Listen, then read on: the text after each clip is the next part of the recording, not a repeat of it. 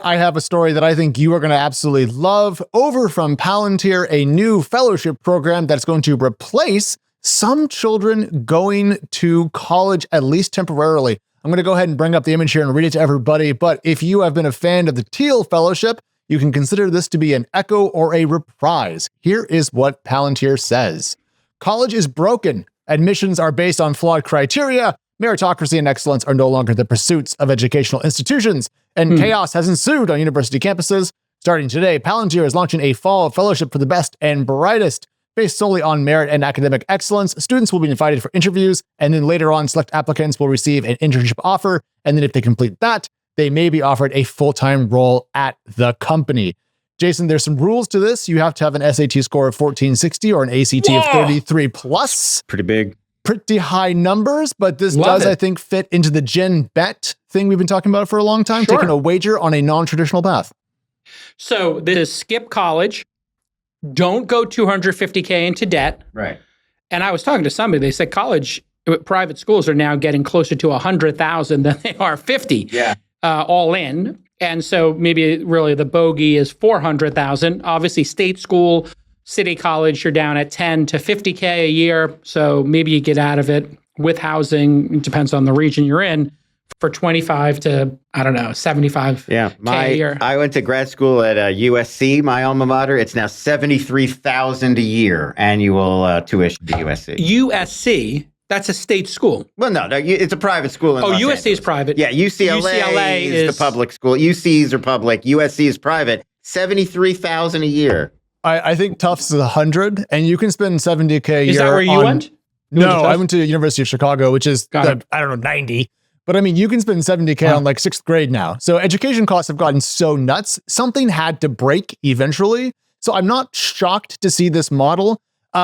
This is definitely, I think, Jason, too niche, too high end, too selective to be called a trend. But I think we're going to see other companies do this, because why not grab the smartest folks right out of high school, train them on the job, and then just keep them?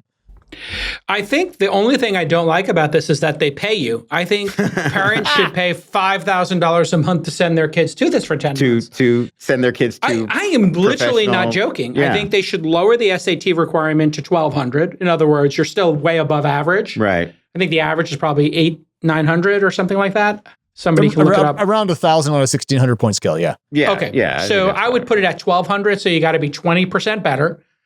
And I would, you pay $5,000 a month, you pay $50,000 a year, $25,000 a year, and then you could give scholarships as well. Putting all that aside, if a child of mine came to me and said, "Here's my options: go $300,000 into debt, spend this number of years on a campus, or go to Palantir," I would be and get paid. Oh my God. This is a no-brainer. It is niche. I hope we see more of these. In fact, we have one of these here at our venture firm. We weren't finding, Alex, the sort of work ethic that we wanted to see in a finance company.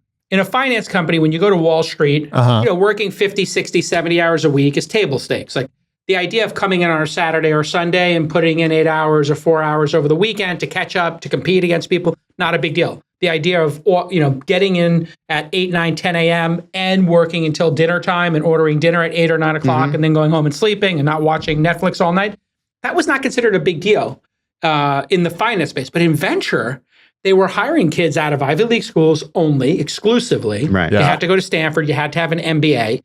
And they got paid incredibly high salaries because those schools are incredibly expensive. And they didn't have a work ethic. So they when I told folks, hey, I want you to do 5 meetings, 6 meetings a day with founders for 20 minutes, write coverage for an hour, it's a 10-hour day, whatever it is. People looked at me like I was crazy. They were like, this is too much work. I'm like, I do twice that amount of work. Right. So we started our own program. We call it the RAP program now, Researcher, Analyst, Associate, Principal. Those are the 4 levels. You start out, very similar salaries to these, in fact, almost exactly. And you go 60, 70, 80, 90, 100, whatever, and you can have a job in venture. And over 5, 6, 7 years, we are getting people to really learn the craft of venture as I see it.